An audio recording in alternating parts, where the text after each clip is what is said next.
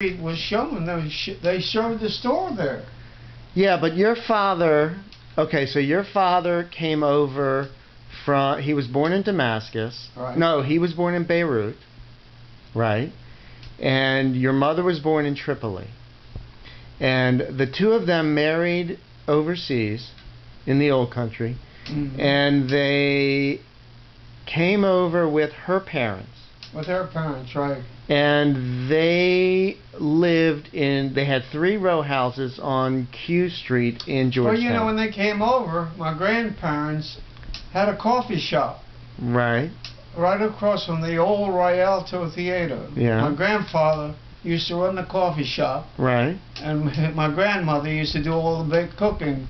Greeks used to come in there and play cards all day long. Okay. And she would feed them. I remember we were kids, we'd look forward to Sunday to go there and spend the day, and we would go to the movie theater right across the street. God, how can I remember all that way back? Yep, and that's when they got married. That's when who got married? No, that's when they started their business. Okay, so then Jeddah. That's when I was born. Right, but now Jeddah. We lived in Georgetown when I was born. Right, but Jeddah owned. He used to work for. Well, when he first came over to this country. Right. He got a job as a butcher. Right. And he worked for the old Piggly Wiggly Market. Right. Okay. Until he saved enough money to buy his own place. Okay. And his place was the store on M Street. Okay. And then he just stayed there for years and years and made a fortune.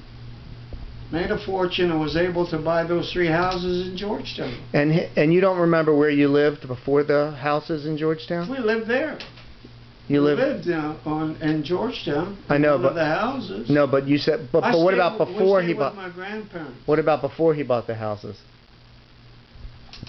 I wasn't born. Oh, you were born in those houses? Well, I was born when he started to buy the house. I see. I was raised with my grandparents. I spent all my time with them. And your mom was right next door, but you didn't. That's right. Yeah, but she was a party goer. She was never at home, and my father worked 24 hours a day. Okay. You can see how that marriage survived. Yeah, I spent all my time with my uncles. Uncle Jim, he was my favorite uncle. He had a bakery, you know. I used to go with him on the truck. Yeah. And they would deliver it to always customers. So, Jeddah owned a deli. Jeddah owned a deli. I just want to go back. Jeddah owned a deli. Yeah. Jeddah owned a delicatessen. He owned a delicatessen. Did he work behind the counter? Or Jeddah, he was the... Every day he would be there, 5 o'clock in the morning. Okay, so he... Until it closed at 12 at night. Okay, and people would come and buy their meats. Well, not meat, groceries, everything. Oh, so it was a market. Combination market delicatessen. Yeah. And he was the owner, and he had people working for him? He brought my uncle's children over. Yeah. From... You remember Emil? Yeah. He had older brothers. Yeah. George and Joe. Yeah. And he brought them over, and they worked at the store with him for a while. Brought them over from the old country? He was showing his brother and sister. Okay. But he did well. At first he bought that one house. Yeah. My grandparents lived in. Yeah. And then mushroomed. He bought a second, and then a third. He rented the third house. I never forget, to Dr. McCarthy. Dr. McCarthy. He was just, he was a medical doctor? Medical doctor. He had a practice in the one near the Exxon station. Did he have a practice in Georgetown? Oh, no, I'm sure he had his own practice. Yeah, Steve, in those days, they used to go visit the patients. Oh, making house calls. I'll never forget, I had a broken leg, and he came to the house about every 2 or 3 weeks. Yeah. God, I can still, you bringing all these things back to memory. That's amazing, huh? The vault is open, Dad. The vault is open. But he did well until this partner of his got him involved in the soda business. You're talking about Jidda now. Yeah. You're okay. And that's when everything went downhill. Well, that was the whole story about Rock Creek, right? The what? It was Rock Creek. He No, started a soda. Oh, 7-Up. No. Okay. Was Tell me the story. Monarch Bottling Company. That's what they named the company. Okay. Monarch. Monarch. That made you. Yeah. I can remember that. Yeah.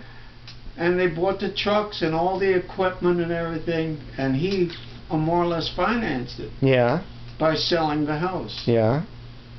And then the guy went downhill, and the guy sold most, his partner. Yeah. Sold most of the stuff and ran off. Mm. So he took a real beating. Mm.